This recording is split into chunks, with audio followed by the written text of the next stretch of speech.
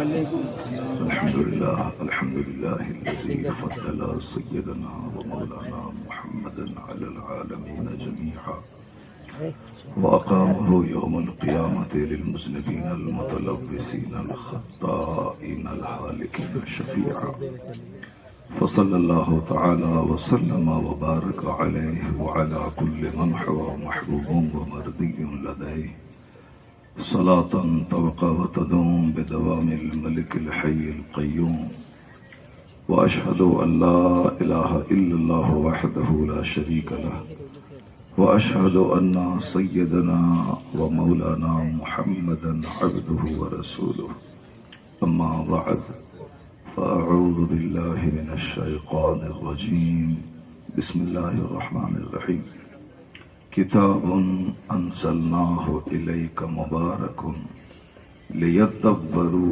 آياته وليتذكر أولو الألباب صدق الله العظيم وصدق رسوله النبی الکریم۔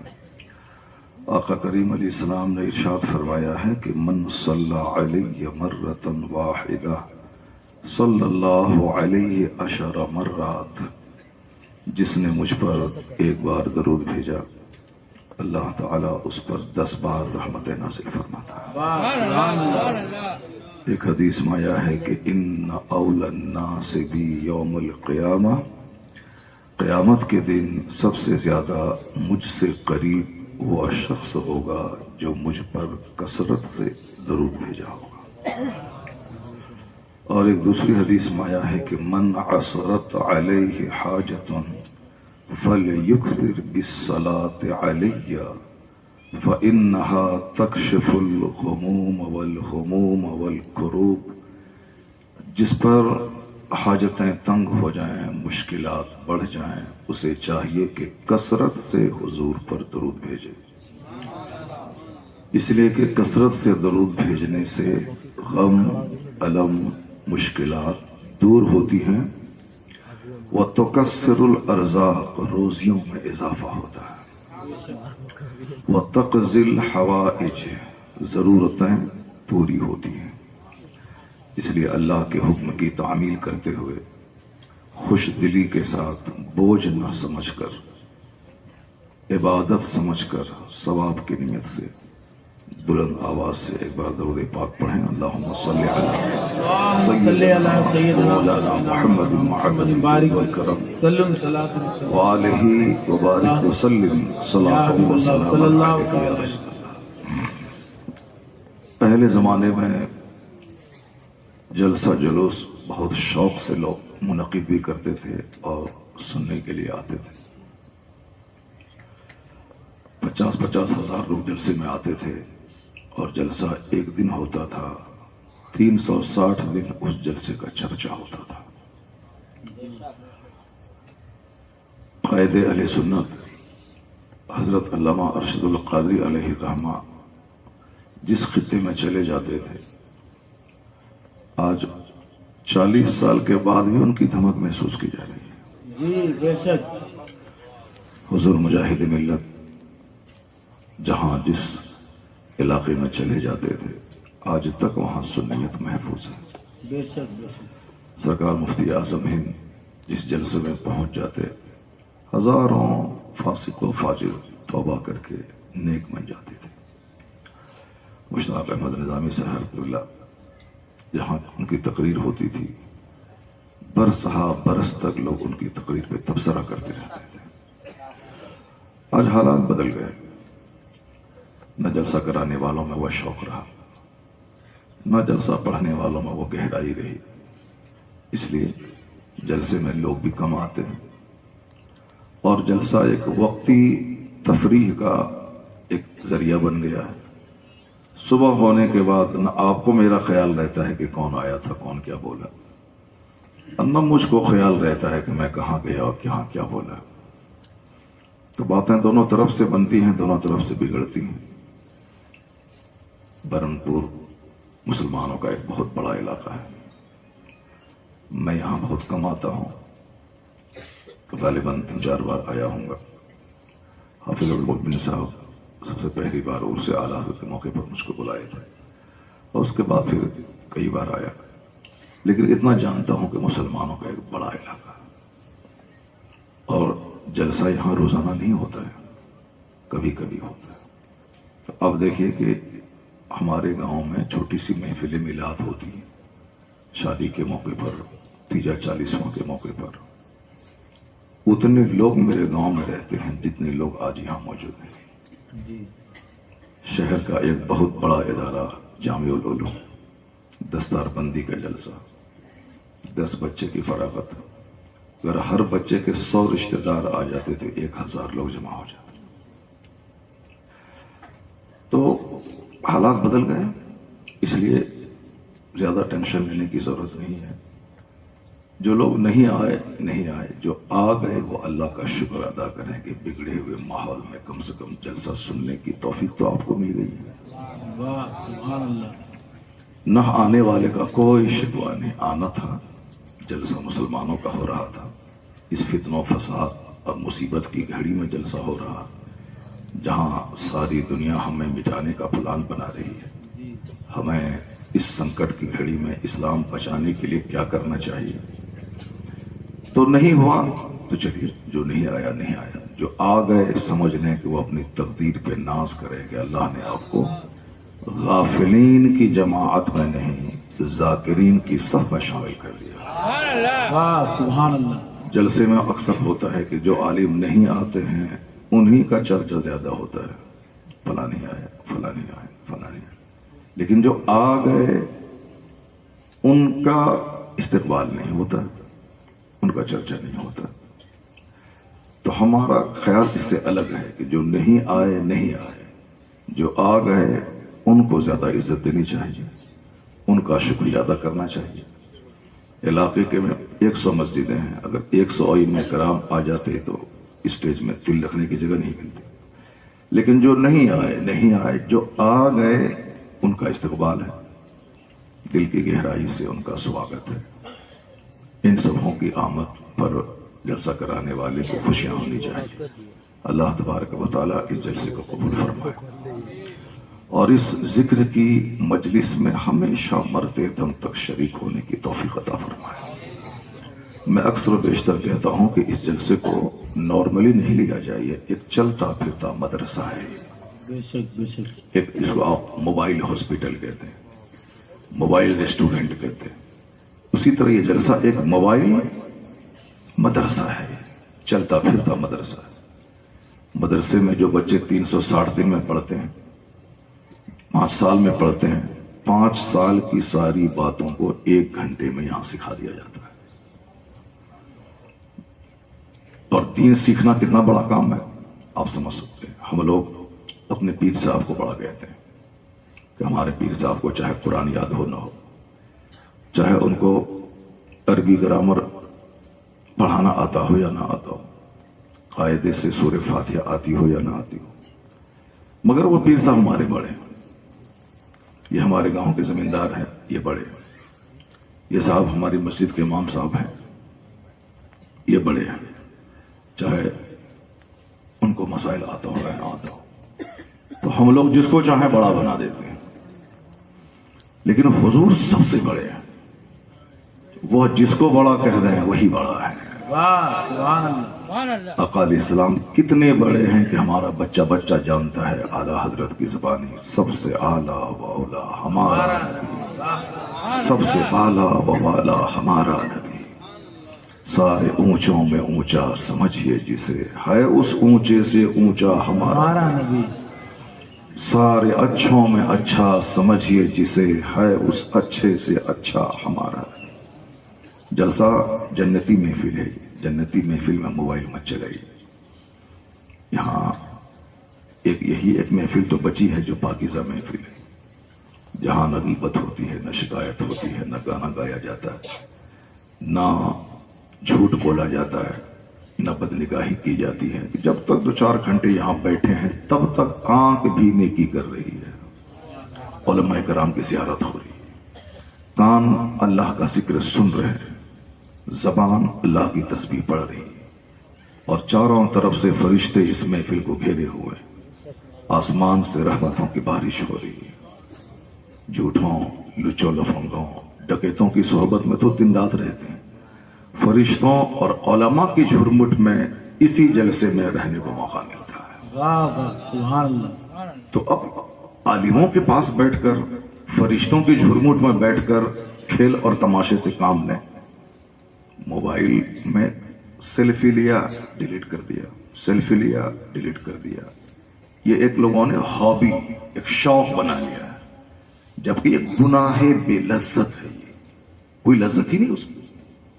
سیلفی لیا ڈیلیٹ کیا، اب اس سے کوئی پیسہ مل جائے یا صاحب بہت بڑا زندگی کا مزہ مل جائے، چلو ٹھیک ہے، مگر اس میں تو بالکل گناہ بے لذت ہے، گناہ بھی ہو گیا، لذت بھی نہیں ہے اس میں، مگر اس کی سب لوگ پاگل ہیں۔ چلو کافروں کو پاگل ہونے دیں، مشرکوں کو پاگل ہونے دیں، یہود و نصارہ کو پاگل ہونے دیں، چونکہ ان کو جنت جانا نہیں ہے، ان کو اسی دنیا میں موج مستی کر لینا ہے، یہیں کھا پی کر کے، اور اسی دنیا میں مر کے یہیں سے آگ شروع ہے اس کے لیے۔ اور ہم کو تو چونکہ جنت جانا ہے، اللہ کو منہ دکھانا ہے، قیامت کے دن حساب کتاب دینا ہے، قبر میں منکر نکیر کے سوال کا جواب دینا ہے، پل صراط جو بال سے زیادہ باریک، تلوار سے زیادہ تیز، 500 برس کی راہ ہے، اس راہ پہ چلنا ہے، اور وہ راستہ جہنم کے اوپر میں، اس کے آگے جا کے جنت ہے۔ یہ ساری باتیں مشرکین کو نہیں معلوم ہے، چونکہ ان کا کام ہے کھاؤ پیو مر جاؤ سڑ گل جاؤ، مگر چونکہ ہمارا عقیدہ ہے کہ دنیا میں چاہے ہم ڈی ایم بن جائیں، یہاں پردھان منتری بن جائیں، یا پورے برنپور بردوان کا ہم اکیلے مالک ہو جائیں، ہمارا سونے چاندی کا مکان ہو جائے، مگر انجام آخر موت ہے، سفید رنگ کا سوتی کا کپڑا پہن کے 2 گز زمین کے نیچے چلے جانا۔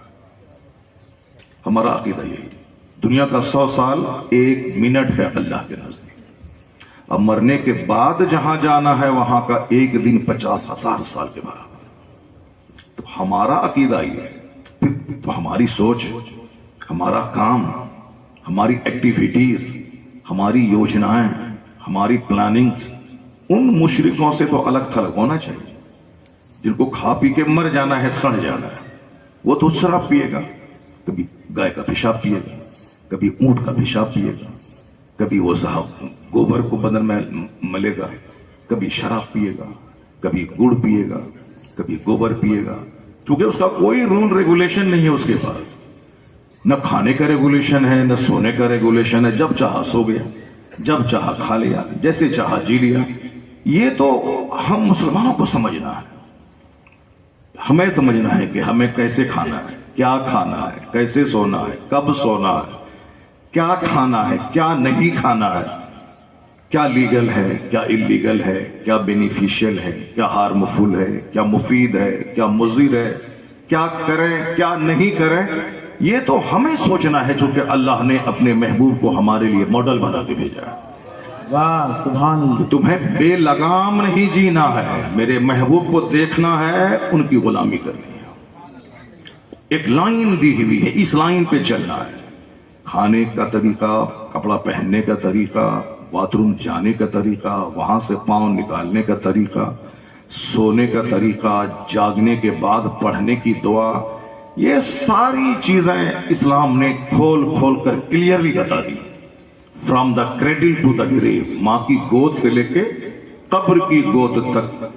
تو اب مسلمان اگر اصول سے ہٹ کے جیے تو بہت افسوس کی بات ہے، چونکہ جن کے پاس ریگولیشن نہیں ہے وہ تو چاہے رات کے 2 بجے سو جائے، دن کے 10 بجے اٹھ جائے، اس کا کیا مطلب ہے؟ وہ چاہے پیشاب پی لے کے دودھ پی لے، اس کا کیا مطلب ہے؟ یہ تو ہم کو سوچنا ہے کہ کیا حرام ہے، کیا حلال ہے، کیا جائز ہے، کیا ناجائز ہے۔ اگر اس ٹریک پر آپ چلے جو راستہ حضور نے دکھلایا ہے، تو آپ وہیں جائیں گے مرنے کے بعد جہاں حضور جلوہ گر ہوں گے۔ سبحان اللہ، سبحان اللہ۔ یہ آخرت کا انعام ہو گیا، اور دنیا کا انعام یہ ہو گیا جو حضور کی غلامی کرے گا، غلام رہے گا مصطفیٰ کا، امام رہے گا ساری دنیا کا۔ یہ بالکل ایک سیدھا سمپل سا طریقے مصطفیٰ کو چھوڑنا ہے وجہ بربادی، اسی سے قوم دنیا میں ہوئی بے اقتدار اپنی۔ اور حضور کے طریقے پہ عمل کرنے کے بعد صرف جنت نہیں ملے گی، جنت تو اس دنیا میں ملے گی، اس دنیا میں راحت ملے گی، اس دنیا میں سکون قلب ملے گا، اس دنیا میں عزت ملے گی، تو حضور سب سے بڑے. اب حضور نے جس کو بڑا کہہ دیا وہ بڑا ہے. ہماری سوچ خطا کر سکتی ہے, ہماری باتوں میں غلو ہو سکتا ہے, ایگزیجریشن جس کو کہتے ہیں, مبالغہ آرائی.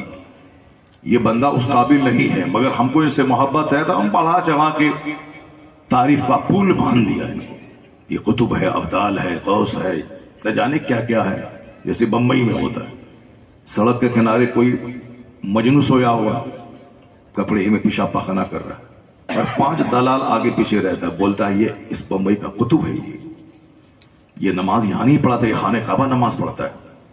تو بمبئی میں جو جس کو چاہے قطب بنا دے, ابدال بنا دے. وہاں کی غنڈہ گردی بھی بہت مشہور ہے, بابا اور دادا بہت مشہور ہے وہاں پہ. تو ہمارے کسی کو غنڈہ بنا دینے سے یا کسی چھوٹے کو بڑا کہہ دینے سے بڑا نہیں ہو جائے گا. جو سب سے بڑے ہیں وہ جن کو بڑا کہتے ہیں وہ بڑا ہے. تو ہمارے نزدیک کوئی بھی بڑا ہو سکتا ہے, مگر حضور نے کس کو بڑا کہا, ذرا غور سے سنیے. آقا فرماتے ہیں خیرکم من تعلم القرآن وعلم. آقا کریم علیہ السلام فرماتے ہیں the best among you is one who learns Quran and teaches it to others. تم میں سب سے اچھا آدمی وہ ہے جو قرآن سیکھتا ہے, دوسروں کو سکھاتا ہے. واہ سبحان اللہ. یہ ہم نہیں بول رہے, یہ ہمارے اعلیٰ حضرت نہیں بول رہے, یہ ہمارے خواجہ غریب نواز نہیں بول رہے, یہ ہمارے غوث اعظم نہیں بول رہے ہیں.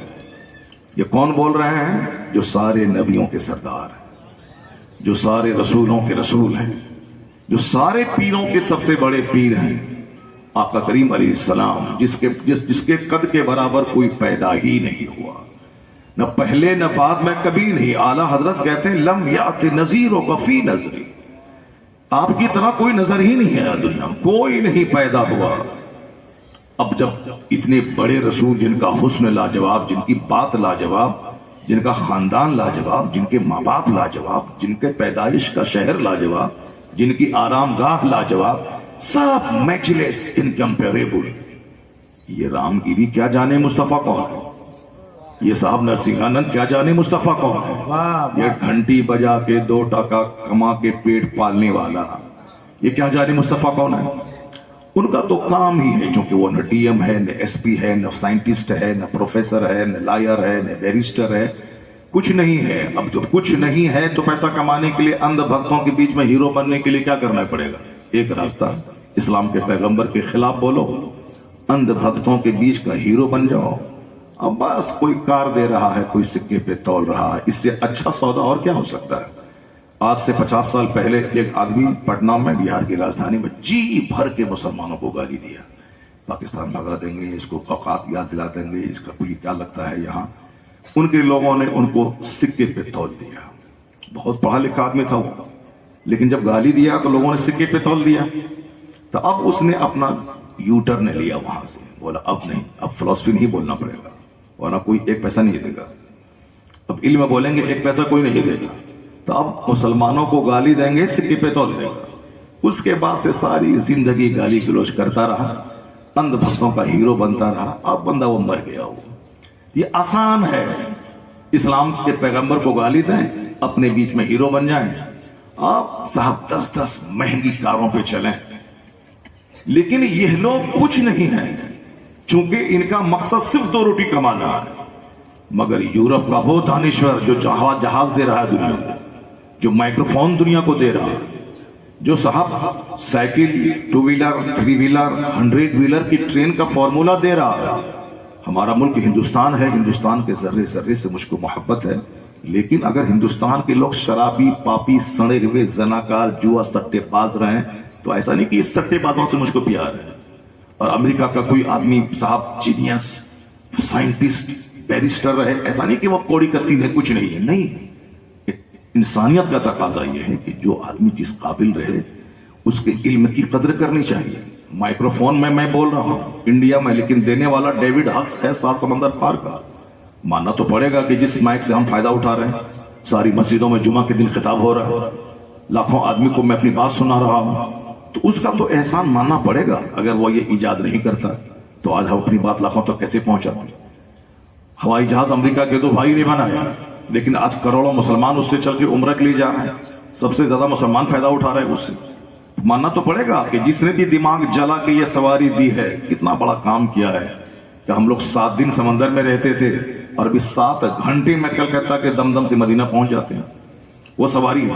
تو اس کا مطلب ہے کہ ماننا پڑے گا کہ بڑا کام کیا اس نے. تو جہاں سے ایروپلین آ رہا، جہاں سے صاحب مائکروفون آ رہا، جہاں سے کمپیوٹر آ رہا، جہاں سے یہ ساری چیزیں آ رہی، وہاں کے دانشور کے پاؤں کی دھول کے برابر یہ نہیں ہے جو ہمارے پیغمبر کو گالی دے رہا ہے. یہ ان کے پاؤں کی دھول کے برابر یہ نہیں ہے. اب اس نے کیا کہا میرے پیغمبر کے بارے میں ذرا غور سے سنیے. وہ کہتے ہیں he is the only man in history who was supremely successful on both levels, religious and secular. کیا غضب کی بات کہتی. دنیا کی ساری کتابوں کو آنکھ کی پتلیوں میں سمیٹنے والا، دنیا کے ہر ممالک کے بڑے بڑے لوگوں کی زندگی کا، ان کی جیونی کا ادھین کرنے والا، اینشینٹ ہسٹری، ماڈرن ہسٹری، سب کو آنکھ کی پتلیوں میں سمیٹ لینے والا، 25-30 سال تک لائبریری میں قید کر کے دنیا کے سارے مذاہب اور سارے مہان لوگوں کی زندگی کا مطالعہ کر کے ان کروڑوں میں سے 100 کو چھانٹ کر اول نمبر پہ جو اس دھرتی کا سب سے کامیاب ترین انسان ہے ان کی سوچی تیار کرنے والا. وہاں نہ غلو ہے، نہ محبت ہے، نہ عقیدت ہے، صرف حقیقت ہے. وہ بولا میں حقیقت کی تلاش کروں گا. اگر محبت ہوتی تو جس کا وہ کلمہ پڑھتا ہے اس کا نام اول نمبر پہ دیتا، اور جس سائنس کے فیلڈ کا وہ آدمی ہے اس فیلڈ کا جو سب سے بڑا شاہکار ہے اس کا نام دیتا. نہیں دیا. اس نے کہا نہیں، محبت نہیں، عقیدت نہیں، غلو بھی نہیں، مبالغہ آرائی نہیں، بلکہ صرف ریئلٹی، واستوکتا، فیکٹ کی بنیاد پہ میں کتاب لکھوں گا، ترتیب دوں گا. انہوں نے حق ادا کیا مطالعے کا. اس کے بعد جب سوچی تیار کی، پہلا نمبر جس کا دیا ہے دنیا کا سب سے مہانتم سفلتم پروس کی سوچی میں پہلا نام جو دیا ہے وہ نام محمد صلی اللہ علیہ وسلم. سبحان اللہ. وہ کہتے ہیں he is the only man in history، تاریخ میں وہ پہلا اکلوتا آدمی ہے جو مذہب اور سیاست دونوں سطح پر سب سے زیادہ کامیاب ترین شخص ہوا. Most successful personality. میں نے یہ باتیں اس لیے کہتی کیونکہ آج مسلمان اندر سے مایوس ہیں. مسلمانوں کو لگتا ہے کہ ایک لچا لفنگا گاہے بگاہے اٹھتا ہے اور ہمارے پیغمبر کو گالی دیتا ہے. تو ہر پاگل کی بات کا جواب نہیں دیا جاتا ہے. پاگل راستہ چلتے کوئی ہمارے اسلام کے خلاف بولے گا تو ہم اس کے پاس کتاب لے کے دوڑ جائیں گے، نہیں تم غلط بول رہے ہو. تو ہم سے بڑا پاگل کوئی نہیں ہوگا. پاگل کی بات کا جواب نہیں دیا جاتا ہے. پاگل کا جواب ہے خاموشی. اور اگر اس کا ادیب کچھ بول رہا ہے تو میرا ادیب جواب دے گا، ان کا شاعر کچھ بول رہا ہے تو میرا شاعر جواب دے گا. ایسا نہیں کہ ہر آدمی اپنے ہاتھ میں اس میٹر کو لے کے چلا گیا تھانے میں اور پتھر بازی کرنا شروع کیا. تو وہ گالی بکنے والا تو وہ باہر رہے گا، یہ پتھر مارنے والا جیل میں سڑنے لگے گا. ایسا نہیں ہے. عقل مندی اور ہوش کے ساتھ کام لینا پڑے گا. جب میرے مصطفیٰ کی شان گھٹانے کی کوشش کرے تب آپ گلی کوچوں میں مصطفیٰ کی شان لکھیے، وہ جو شان ان جیسے کافروں کے سرغنہ اور سردار نے جو بیان کیا ہے. اگر اس نے مصطفیٰ کی شان میں گستاخی کی تو وہ کہیے کسی ہندوستان کا ایک برہمن جو بہت بڑا پڑھا لکھا آدمی ہے، اس نے پیغمبر اعظم کی تعریف میں کیا لکھ دیا؟ ایک کتاب لکھ دی، محمد دا پروفیٹ آف اسلام.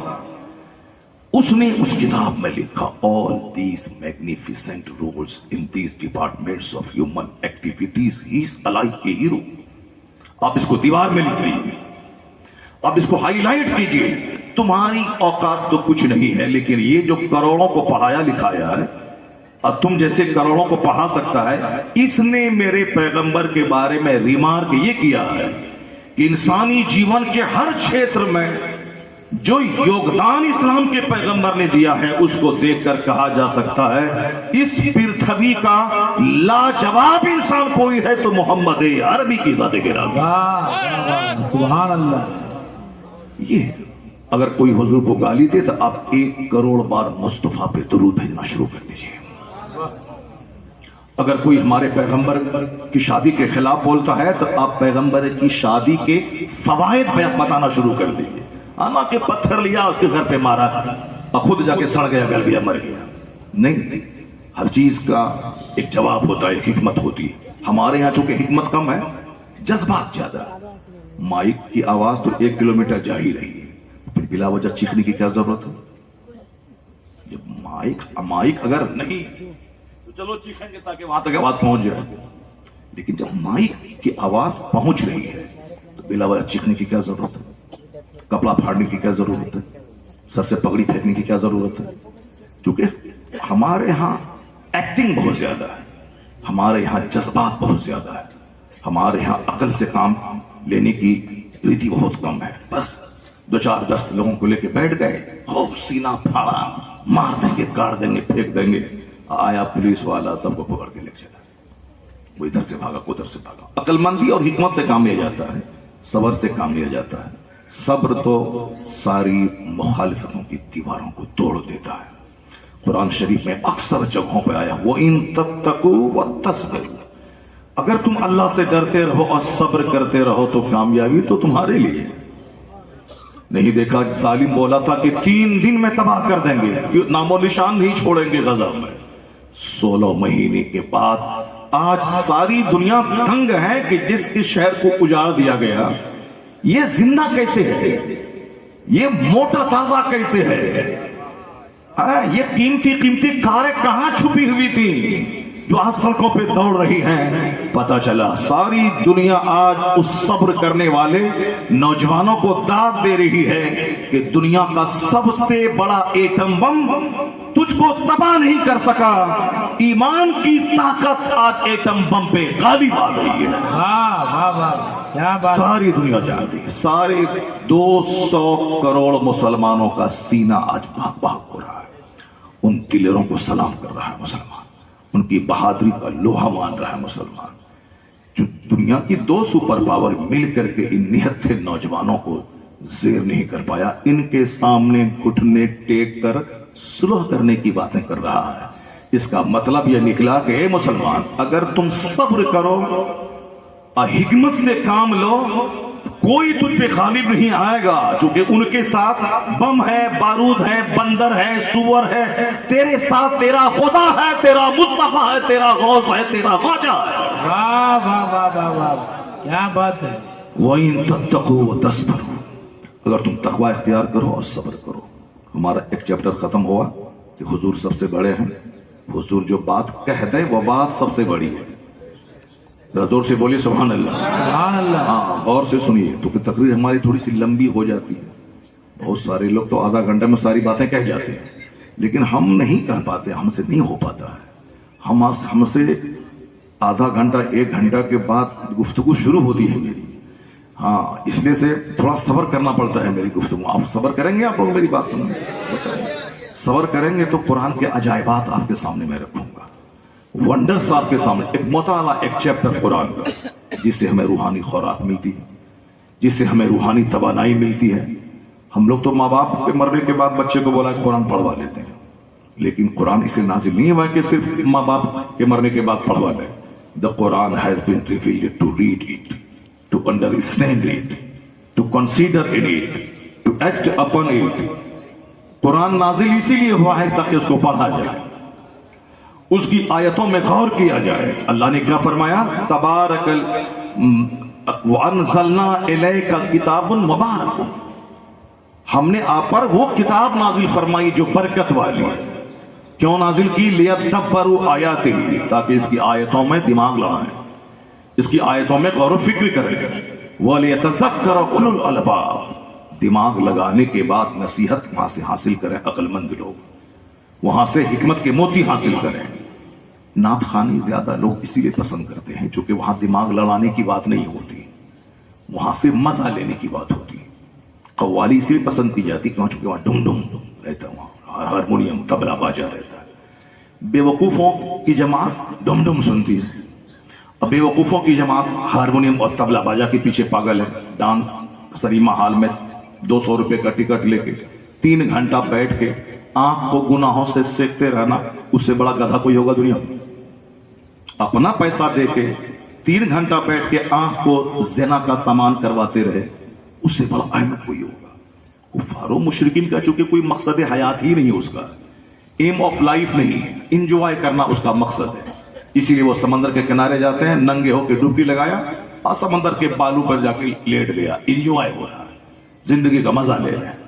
بے وقوف ایسے ہی انجوائے لیتا ہے، عقل مند لوگ ایک ایک منٹ کو قیمتی سمجھتا ہے، عقل مند لوگ دنیا کے نظاروں سے نصیحت حاصل کرتا ہے۔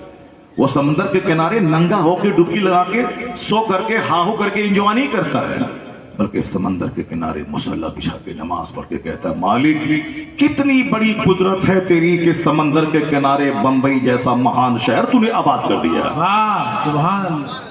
اور اگر وہ سمندر کا پانی 10 فیٹ بلند ہو جائے تو سارا شہر اس کی آغوش میں ڈوب جائے گا۔ بے وقوف اسی سمندر کے کنارے بدکاری کر رہا ہے، زنا کرتا ہے۔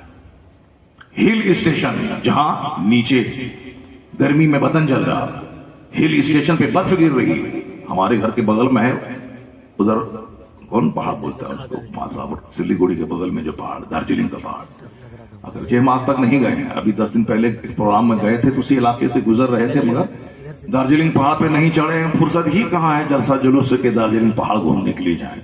وائٹ بولتی ہے کہ ہم گھوسی سے آپ کے پاس آ گئے اور بغل میں دارجلنگ ہمارے یہاں سے لوگ گھومنے آتے ہیں اور آپ بغل میں ہم کو لے کے نہیں جاتے ہیں۔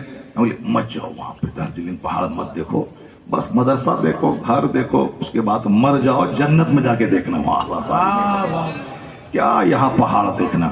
تو میں کہہ رہا ہوں کہ بے وقوف پہاڑ پہ جا کے، جبکہ وہاں مئی جون میں نیچے بدن جل رہا، بازو میں پہاڑ ہے، وہاں برف گر رہی ہے، تو عقل مندی کا تقاضا یہ تھا کہ وہاں پہ مصلی بچھا کے نماز پڑھ کے کہتا مالک نیچے بدن جل رہا ہے، یہاں برف گر رہی ہے، کس قدر تیری نعمتیں ہیں اس پہاڑ پر، یہاں تو سجدہ کرنے کو جی چاہتا ہے۔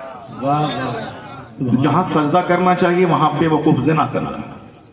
کاٹھمانڈو پہاڑ پر ہے، زناکاری کا اڈا ہے۔ اوٹی تمل ناڈو میں خوبصورت شہر ہے، اوٹی پہاڑ پہ آباد ہے، زناکاری۔ سمندر کے کنارے گوا بمبئی میں زناکاری۔ گارڈن جس کو دیکھنے کے بعد دل کھل جاتا ہے، شالیمار باغ، نشاد باغ، یہ 2 باغ ہیں کہاں، کشمیر میں، سری نگر میں، بیچ میں اتنی بڑی جھیل پوری دنیا میں کہیں نہیں ہے، جھیلوں کا شہر سری نگر میں جھیل۔ اب وہ جھیل میں جہاں چاروں طرف شہر ہے، بیچ میں جھیل ہے، تو وہاں وضو کر کے کنارے نماز پڑھنا چاہیے، یا اللہ چاروں طرف شہر اور بیچ میں جھیل نہیں، اب وہاں بوٹ میں جھیل کے اندر بندہ زنا کر رہا ہے۔ جب دنیا کورونا نہیں آئے گا تو کیا آئے گا، سارا گھر جیل نہیں بنے گا تو کیا بنے گا۔ اللہ کی خوبصورت دنیا ہمیں پیغام دیتی ہے کہ جب بھی باغ میں داخل ہو جاؤ، جب جاؤ گلمرگ، جب جاؤ نشاط باغ، بے وقوف تو ہنستا ہے، انجوائے کرتا ہے، عورت کے پیٹھ پہ ہاتھ دے کر کے ایسے ایسے کرتا ہے، لیکن عقل مند کیا کرتا ہے، عقل مند وہاں مصلی بچھا کے نماز پڑھ کے کہتا ہے معبود جب یہ دنیا کا باغ اتنا حسین ہے تو جنت کا باغ کتنا حسین ہوگا۔ واہ واہ واہ، کیا بات ہے۔ یہ جو تماشا زناکاری کا، جن سے ٹی شرٹ پھٹا ہوا پہننے کا، چوما چاٹی کا جو ہو رہا ہے، یہ سب بے وقوفوں کی کہانی، سب گدھوں کی کہانی۔ عقل مند سوچتا ہے، عقل مند غور و فکر کرتا ہے، عقل مند کو فرصت کہاں ہے 24 گھنٹے گٹکا چبانے کی۔ میں نے ایک مفتی صاحب سے پوچھا تھا بنارس میں، صاحب آپ پان کیوں نہیں کھاتے ہیں؟ کہا شہریار جتنی دیر پان چباؤں گا اتنی دیر میں 10 بار درود پڑھوں گا۔ واہ واہ واہ، سبحان اللہ۔ پیسہ کمانا، گاڑی خریدنا، مکان بنانا، بیوی کو لے کے بازار میں گھومتے رہنا اور دوسرے مردوں کو دکھاتے رہنا، اور دوسرے مرد گھر میں آ جائے تو بس مولانا صاحب کے پاس تعویذ لینے کے لیے آ جانا۔ ایک مولانا صاحب کہہ رہا تھا لکھنؤ میں کہ ایک مولوی صاحب کی تعویذ بہت مشہور تھی، دوسروں کو پیار میں پھنسا نہیں، اس کی اپنی بیوی کو دوسرا پڑوسی لے کے بھاگ گیا، اب پتا چلا کہ وہ پیار کا کام اسی مولوی سے کروایا تھا۔ وہ کیا تماشا کھڑا کر دیا ہے۔ عقل مند وہ ہے جو غور و فکر سے کام لیتا ہے، عقل مند وہ ہے جو غور و فکر سے کام لیتا ہے۔ اللہ نے اتنی بڑی وشال پر ہم دنیا کو پیدا کیا تاکہ میں درخت کو دیکھوں، میں پہاڑ کو دیکھوں، میں ندی نالے کو دیکھوں، میں اگنے والی فصلوں کو دیکھوں، میں ڈیزرٹ کو دیکھوں، میں ماؤنٹین کو دیکھوں، میں اوسین کو دیکھوں، میں کسی شرابی کی ذلت کو دیکھوں، میں کسی بادشاہ کے بیٹے کے بھیک مانگنے کو دیکھوں۔ اور کسی بھیک مانگنے والے چائے بیچنے والے کا سنہاسن پر بیٹھ کے راج کرنے کو دیکھوں، وہاں سے نصیحت کے موتی حاصل کروں۔ اس لیے قرآن نازل ہوا ہے تاکہ آیتوں کو پڑھو، غور کرو، نصیحت وہاں سے حاصل کرو اور ایک اچھا انسان بن کے دنیا میں جیو، مرنے کے بعد خدا کی جنت میں چلے جاؤ۔ واہ واہ واہ، اب میں قرآن کی ایک آیت پہ غور کرتا ہوں، دیکھیے کیا کیا وہاں سے پتہ چلتا ہے، آپ کی توجہ ہونی چاہیے۔ اب ایک مطالعہ قرآن کریم کا، بس ایک آیت میں پڑھتا ہوں، دیکھیے وہاں سے کس قدر نصیحت کے موتی ملتے ہیں اور اللہ نے کیا کہا۔ چونکہ ہم لوگ کہانی کی زبان زیادہ سمجھتے ہیں اور قرآن شریف میں بے شمار کہانیاں موجود ہیں۔ اب ان کہانی کے ذریعے ہمارے لیے عبرت کی خوراک اس میں رکھی گئی ہے۔ اللہ نے فرمایا ان فی ذالک لآیات لأولی الالباب، ان کہانیوں میں، ان باتوں میں عقل مندوں کی آنکھ کھلنے کی بات ہے۔ بس ایک چیپٹر کھولتا ہوں، اس کو غور سے سنیے گا، پھر اجازت ہوگی تو دوسرا چیپٹر کھولوں گا، نہیں تو پھر میں تقریر ختم کر دوں گا اگر آپ کی توجہ رہی۔ بس دیکھیے سورہ یوسف قرآن شریف میں ہے۔ ہمارے علماء کرام سب ہم سے بڑے ہیں، ہم تو ایک چھوٹا موٹا وائز ہیں، یہ لوگ تو 24 گھنٹے پانچوں نمازیں باجماعت مسجد میں پڑھتے ہیں۔ ہم اسی لیے ان کو بڑا کہتے ہیں کہ پیر صاحب کو جو قرآن پڑھنا نہیں آتا اس کو تو جاہل بڑا کہتا ہے، مگر جو قرآن سیکھے سکھائے اس کو مصطفیٰ بڑے کہتے ہیں۔ واہ واہ واہ واہ، اس لیے کوئی جاہل پیر بڑا نہیں ہے۔ مسجد کا امام جو جمعہ کے دن خطاب کرتا ہے، جو عیدین میں تقریر کرتے ہیں، جو نکاح کے وقت نکاح کی محفل میں خطبہ دیتے ہیں، جو ہمارے بچوں کو قرآن پڑھتے ہیں، جاہل پیر کو ہم بڑا کہتے ہیں مگر ان کو تو مصطفیٰ بڑا کہتا ہے۔ واہ، تم میں سب سے اچھا وہ ہے جو قرآن سیکھتا ہو، دوسروں کو سکھاتا ہو۔ بھلے ہی آپ کے نزدیک وہ بڑا نہیں ہے، جاہل پیر کا جاہل بیٹا بڑا ہے، مگر رسول پاک کے نزدیک وہ مسجد کا امام بڑا ہے جو قرآن سیکھتا ہے، دوسروں کو سکھاتا ہے۔ مدرسے کا وہ عالم بڑا ہے جو قرآن سیکھتا ہے، دوسروں کو سکھاتا ہے۔ اس حدیث پاک کو ہر مدرسے میں بالکل چسپاں کر کے لکھیے، انگریزی میں، ہندی میں، اردو میں اور عربی میں حدیث پاک کا جملہ لکھیے، خیرکم من تعلم القرآن وعلمہ۔ نہ کوئی انجینئر بڑا، نہ ڈاکٹر بڑا، نہ پروفیسر بڑا۔ انجینئر ہیں اپنے ڈپارٹ کے بڑے، ڈاکٹر ہیں اپنے ڈپارٹ کے بڑے، مگر تم میں سب سے بہتر وہ ہے جو قرآن سیکھے، دوسروں کو سکھائے۔ یہ حضور نے فرمایا۔ اب ذرا قرآن کا ایک چیپٹر کھولتے ہیں، ہم بھی سیکھتے ہیں اور آپ بھی سیکھیے۔ اس میں دیکھیے کہ اللہ نے کیا کہا۔ سورہ یوسف اکثر لوگ اس کو سنتے ہیں نماز میں، چونکہ الف لام را تلک آیات الکتاب المبین، یہ سب کو معلوم ہے۔ حافظ قرآن بھی عشاء فجر میں وہی پڑھتے ہیں، جو بیچارہ مولانا جس کو 10-20 صورتیں یاد ہیں وہ بھی اسی کو پڑھتے ہیں۔ حافظ کو امام رکھنے سے کوئی فائدہ نہیں، کیونکہ وہ بھی وہی پڑھتے ہیں، الف لام را تلک آیات الکتاب المبین۔ اور جو مولانا صاحب ہیں وہ بھی وہی پڑھتے ہیں، الف لام را تلک آیات الکتاب المبین، لقد جاءکم رسول من انفسکم۔ مولانا صاحب بھی وہی پڑھتے ہیں، اور آپ ہی جی رکھے تھے تاکہ ہر مہینے میں ہر نماز میں الگ الگ سورہ پڑھیں گے، کیسے ہوگا؟ اس کے تو مشق چاہیے، پریکٹس چاہیے۔ نماز میں حدر کے ساتھ تب رمضان میں سنا دینا اور ہے، ترتیل سے نماز میں تلاوت کرنا اور ہے۔ اس کے لیے مولانا حافظ دونوں برابر ہیں۔ تو جو جس پہ مشق کر چکا، الف لام را یہ سب کو معلوم ہے۔ اسی میں ایک آیت ہے، نحنو نقص علیک احسن القصص۔ اللہ کہتا ہے ساری کائنات کا خالق مالک، ہم تمہارے نزدیک بہترین کہانی بیان کرتے ہیں، احسن القصص، دا بیسٹ اسٹوری، سب سے اچھی کہانی۔ اب وہ اس میں کہانی کیا ہے؟ اب پوری کہانی بیان ہونے کے بعد اخیر میں اللہ کہتا ہے لقد کان فی قصصہم عبرۃ لأولی الالباب۔ ان کہانیوں میں عقل مندوں کی آنکھ کھلنے کی بات ہے۔ پہلے اس احسن القصص پہ میں ایک نظر ڈالتا ہوں۔ پوری تفسیر بیان کریں گے تو 3 گھنٹے میں سورہ یوسف بیان کریں، میں 3 منٹ میں بیان کرتا ہوں پوری کہانی، تاکہ جب بھی آپ سورہ یوسف سنیں، الف لام را تلک آیات الکتاب المبین انا انزلناہ قرآنا عربیا لعلکم تعقلون، جب بھی سنیں تو یہ پورا بیک گراؤنڈ آپ کے دماغ میں آ جائے کہ اللہ اس میں کہنا کیا چاہتا ہے۔ اور اگر آپ نے غور سے سنا تو آپ کی طبیعت مچل جائے گی، اور آپ ضرور اس موجودہ وقت میں جو آپ کو ڈھارس بندھانے کے لیے جو جملے چاہیے، جو باتیں چاہیے، وہ یہاں ساری باتیں مل جائیں گی۔ ہم لوگ احساس کمتری کے شکار ہیں، ہم لوگ نرفسنیس کے شکار ہیں، ہم لوگ مایوسیت کے شکار ہیں، ہم لوگ ڈپریشن کے شکار ہیں، اور یہ فطری بات ہے، کیونکہ ایک طرف دبانے کی اور بریسٹ کی باتیں ہو رہی ہیں، دبانے کی، نکالنے کی، بھگانے کی، ہمارے ڈیولپمنٹ کی، چھیننے کی، ہمارے خلاف میڈیاز پہ باتیں ہو رہی ہیں۔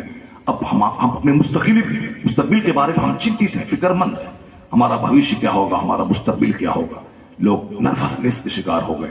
ذرا دیکھیے اللہ کیا کہتا ہے، نحن نقص علیک احسن القصص، میں بہترین کہانی سناتا ہوں۔ کہانی یہی ہے، حضرت یعقوب علیہ السلام کے 10 بیٹے، ایک بیٹا جناب یوسف علیہ السلام، دوسری بیوی سے ان سے بہت پیار کرتے تھے، چونکہ ان کی ماں نہیں تھی، بہت پیار کرتے تھے۔ ماں کا پیار، باپ کا پیار دونوں ان کو دینا ہے۔ اب دوسرے بھائیوں کو تھوڑا سا رشک ہوا، آپ اپنی زبان میں کہتے ہیں حسد ہوا، رشک ہوا کہ باپ کی چاہت ان کی طرف زیادہ ہے۔ ایک بہانہ لے کے باپ سے ان کو لیا کہ اس کو لے جاتے ہیں تفریح کے لیے، گیا لے جا کے کنویں میں ڈال دیا۔ نہ یہ رہیں گے، نہ باپ کا سارا پیار یہ پائیں گے، ہم لوگوں کی طرف باپ کی توجہ نہیں ہے۔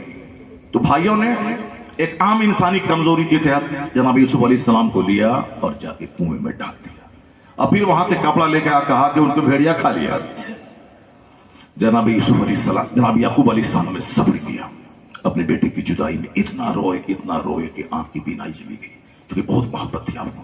ایک قافلہ آ رہا تھا، قافلہ آیا، وہاں خیمہ لگایا، پانی پینے کی ضرورت ہوئی، کنواں میں گئے، جب ڈول سے نکالا پانی تو یوسف علیہ السلام اس ڈول سے نکل گئے۔ سبحان اللہ، اتنے خوبصورت تھے جناب یوسف علیہ السلام، بالکل وائٹنیس تھا آپ کے حسن میں، آپ کی حسن میں صباحت تھی، یعنی وائٹنیس تھا، اور آقا علیہ السلام کے حسن میں ملاحت ہے، نمکینیت ہے۔ اس لیے اعلیٰ حضرت نے کہا حسن کھاتا ہے جس کے نمک کی قسم ہے، وہ ملیح دل آرا ہمارا ہے۔ وائٹنیس حسن میں جس میں اجلا پن ہو، صباحت ہو، اس سے زیادہ پرکشش حسن ہوتا ہے ملاحت میں۔ آقا علیہ السلام کے حسن میں ملاحت تھی، اس لیے آقا علیہ السلام کے حسن کے بارے میں سیدہ عائشہ نے کیا کہا؟ جناب یوسف علیہ السلام کے حسن کو دیکھ کر تو لوگوں نے، عورتوں نے انگلیاں کاٹ ڈالی۔ اگر وہ مصر کی عورتیں میرے سرکار کو دیکھ لیتی تو اپنے دلوں کو کاٹ ڈالتی۔ کیا بات، کتنا حسن میرے سرکار کا تھا۔ جناب یوسف علیہ السلام کو آدھا حسن دنیا کا دیا گیا، اتنے خوبصورت۔ ڈول میں نکلا، قافلہ والا دل سے خوش ہوا اور اس کو لیا اور مصر کے بازار میں جا کے بیچا۔ بعد عزیز مصر نے خریدا اور اپنے گھر میں لیا، خوش نصیبی کے ناز کرنے لگے کہ ایسا حسین و جمیل شہزادہ میرے گھر میں آ گیا۔ جیسے جیسے جوانی کی طرف بڑھتے گئے، عزیز مصر کی بیوی زلیخا عاشق ہو گئی۔ اگر اللہ رب العزت نے جناب یوسف کو اس گناہ سے بچایا، جتنے پیغمبر ہیں دنیا میں، سارے پیغمبر، ان کی ماں، ان کے باپ، سارے لوگوں کو اللہ نے زنا کی نحوست سے بچایا ہے۔ کافر ہونا الگ چیز ہے، مگر زنا کرنا الگ چیز ہے۔ آدمی بدعقیدگی سے کافر ہے، لیکن جب وہ ہوش میں آیا کلمہ پڑھا مسلمان ہو گیا۔ لیکن شراب پینا انتہائی درجے کی غلاظت، زنا کرنا انتہائی درجے کی نحوست۔ زنا کاری سے کوئی بڑا بچہ کبھی نہیں پیدا ہو سکتا ہے۔ زنا کرنے والی عورت سے کوئی مہان کبھی نہیں جنم لے گا، کامیاب ترین انسان، اور زنا کرنے والے سے بڑی اولاد کبھی نہیں پیدا ہوگی۔ اس لیے اللہ نے اپنے محبوبین کو، ان کے والدین کو زنا کی نحوست سے بچایا۔ اور اس حدیث میں اس بارے میں آیا ہے تو اللہ رب العزت نے، چونکہ کوئی بڑا قطب ابدال ایک غلیظ عورت سے کیسے پیدا ہو سکتا ہے؟ قدرت کا تو قانون ہے کہ ماں اگر ہوئی سیدہ فاطمہ کے رات سجدے میں، دن شوہر کی خدمت میں، اب باپ ہوئے مولا علی، دن بھر جہاد رات بھر سجدہ، تب اس کی کوکھ سے بچہ پیدا ہوا۔ ہسٹری میکر، تاریخ ساز حسین اور حسن جیسا بچہ پیدا ہوا۔ ایسا نہیں کہ گٹکا کھائیں، دن بھر پھرکی پھینکیں، نماز چھوڑیں اور بچہ قطب ابدال پیدا ہو جائے، ایسا نہیں ہوتا ہے۔ قطب ابدال پیدا ہونے کے لیے باپ جب سید غیاث الدین ہوئے، دن بھر حلال روزی کی تلاش، ماں رات بھر عبادت، تہجد کے بعد بیٹھتی اور فجر کے بعد اٹھتی مصلی سے، حاملہ ہوئی تو پیٹ سے کلمہ پڑھنے کی آواز آ رہی۔ جو بچہ 90 لاکھ کو کلمہ پڑھانے والا تھا وہ ماں کے پیٹ میں کلمہ پڑھ رہا تھا۔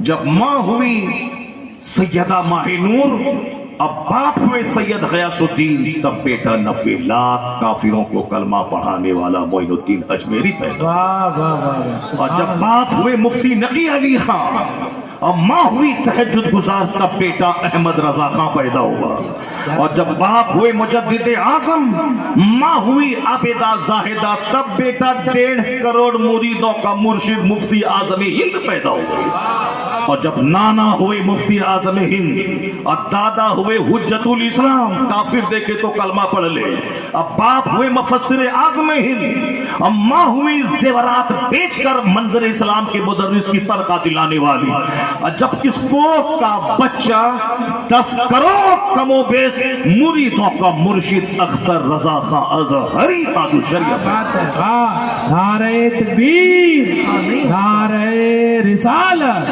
مسلک اعلی حضرت، فیضان اعلی حضرت۔ ایسا نہیں ہوتا ہے کہ جیسے چاہیں جیئیں اور رزلٹ اس کے الٹ اس کے برعکس ہو جائے، نہیں ہوتا ہے۔ پیر دبانے سے استاذ کا کوئی مدرس کوئی مفکر نہیں بنتا ہے، پیر دبانے سے ثواب ملتا ہے، ثواب ملے گا تو جنت جائے گا، وہ دعا ملے گی وہ استاذ کی، لیکن بہت بڑا رائٹر نہیں بن پائے گا۔ رائٹر بننے کے لیے 12 گھنٹے پڑھنا پڑے گا اس کو، خطیب بننے کے لیے اس کو مطالعہ کرنا پڑے گا، اب اس کو مدرس بننے کے لیے اس کو کتاب 5 جو سلیبس میں اس کے علاوہ 15 کتاب اور الگ سے پڑھنی پڑے گی، تب اس کا برین بڑھے گا، تب معلومات میں اضافہ ہوگا، ورنہ مفتی بھی بن جائیں گے اور ٹیڑھی میڑھی تحریر اس کی ہوگی، اردو میں ٹھیک سے لکھ نہیں پائیں گے، کیونکہ محنت کرنی پڑے گی۔ استاذ کا پیر دبانے سے ثواب ملتا ہے، کھنی لتا کے دینے سے، اگرچہ استاذ کو نہیں کھانا چاہیے مگر شاگرد کو ثواب مل جائے گا، چونکہ استاذ کی خدمت کر دیا۔ تو پیر پہ دبانا ہے اور استاذ کا کپڑا بھی دھو دینا ہے، اور 8 گھنٹے کتاب پڑھنا ہے۔ ادھر سے استاذ کی دعا چلے گی، ادھر سے اس کی محنت چلے گی، کامیابی قدم چومیں گی۔ واہ واہ واہ واہ، یہ ہوتا ہے، اور ہمارے یہاں یک طرفہ ہے۔ ایک آدمی بولتا نہیں کچھ نہیں ہوتا، اللہ جو چاہے گا سو ہوگا، اللہ چاہے گا تو ہم ڈی ایم بن جائیں گے، اللہ چاہے گا تو ہم بہت بڑا ارب پتی بن جائیں گے، سونے سے ہانڈی نکل جائے گی۔ اللہ چاہے گا تو آسمان سے ہیرا برس جائے گا، کیا صاحب؟ اللہ چاہے گا تو آم کے پیڑ سے ڈائمنڈ نکال دے گا، مگر اللہ ایسا چاہتا ہے کیا کہ آم کا پیڑ لگاؤ ڈائمنڈ ہم لگا دیں اس میں؟ نہیں، اللہ چاہتا ہے کہ آم کے پیڑ سے آم، لیچی کے پیڑ سے لیچی، کٹہل کے پیڑ سے کٹہل، گیہوں کے پودے سے گیہوں۔ یہ نظام قدرت ہے، اللہ کا قانون ہے۔ باقی اللہ چاہے تو سب سونا نکال دے، مگر اللہ رب العزت کا سسٹم یہی ہے کہ گیہوں کے پیڑ سے گیہوں، دھان کے پیڑ سے دھان، کٹہل کے پیڑ سے کٹہل۔ کیا مطلب؟ جیسی ماں ویسا بچہ، جیسا باپ ویسا بچہ۔ اب کہنا نہیں بچہ ٹھیک ہو جائے گا، بعد میں ہو جائے گا، اب تعویذ لے آئیں گے بریلی شریف سے، مسعودی شریف سے، کچوتا شریف سے تعویذ لے آئیں گے تو ٹھیک ہے، آم کا پیڑ لگا دیجئے اور 1 کروڑ تعویذ اس میں ڈال دیجیے، اب وہاں کے سیب نکل جائے۔ نہیں ہونے والا اس دنیا میں، اس دنیا سے ہٹ کے دوسری دنیا کھوجنی پڑے گی۔ اس دنیا میں آم کے پیڑ سے آم ہی نکلے گا۔ 1 لاکھ تعویذ ڈال دیں، اجمیر شریف میں جا کے بیٹھ جائیں 50 سال تک، غریب نواز بھگا دیں گے وہاں سے، بولیں گے کہ تم بولو گے کہ ہمارے گھر میں ایئرپورٹ ہو جائے، یہ کیسے ہو جائے گا؟ ایئرپورٹ ہونے والا ہے؟ تو غریب نواز وہاں جا کے وہی دعا قبول ہوتی ہے جو دعا سسٹم کے لائق ہو، جو دعائیں نیچر سسٹم کے ہو۔ اب بچہ پڑھے نہ لکھے میرے بچے کو ڈی ایم بنا دیجیے، ایسا تھوڑی ہونے والا۔ میٹرک میں محنت کریں 10 گھنٹے 95% نمبر لائیں، انٹرمیڈیٹ میں محنت کریں 12 گھنٹے نمبر لائیں 98%، گریجویشن میں محنت کریں 16 گھنٹے نمبر لائیں 99%۔ اس کے بعد اب آئی ایس کمپٹیشن میں بیٹھنا ہے، ریزلٹ شاندار ہے، میٹرک، انٹرمیڈیٹ، گریجویشن کا، اب بیٹھنا ہے پی ٹی میں۔ اب چلا گیا بندہ اجمیر برنپور سے، کہا بابا میں نے محنت میں کوئی کمی نہیں کی ہے، میں نے 10 گھنٹے پڑھا ہے، میں نے 12 گھنٹے پڑھا ہے، میں نے 16 گھنٹے پڑھا ہے، بس دعا فرما دے حضور۔ غریب نواز مچل کے دعا کر دیں گے قبر میں، ادھر سے اس کی محنت جائے گی، ادھر سے غریب نواز کی دعا چلے گی، کامیابی قدم چوبے گی۔ واہ واہ واہ واہ، کیا بات ہے، بہت یہی ہے دنیا کے ہر سسٹم میں یہی ہوتا ہے۔ ایسا نہیں کہ تعویذ لا کے دے دے، لوبان صبح جلا دے اور ڈھیر گراہک آ جائے، ایسا نہیں ہوتا ہے۔ چاہے 1000 پانی چھیٹو اور لوبان جلاؤ، گراہک نہیں آنے والا ہے۔ گراہک کب آئے گا؟ منہ شیریں، کیا بولتا، ملک گیری، زبان شیریں، منہ اچھا رکھیے، اصول کے پابند بنیے، گراہک سے اچھا سلوک کیجیے، مال اچھا رکھیے، گراہک کو تازہ تازہ کڑا کڑا نوٹ اس کو دیجیے۔ سڑا ہوا نوٹ دیں گے پھر دوبارہ کبھی نہیں آئے گا۔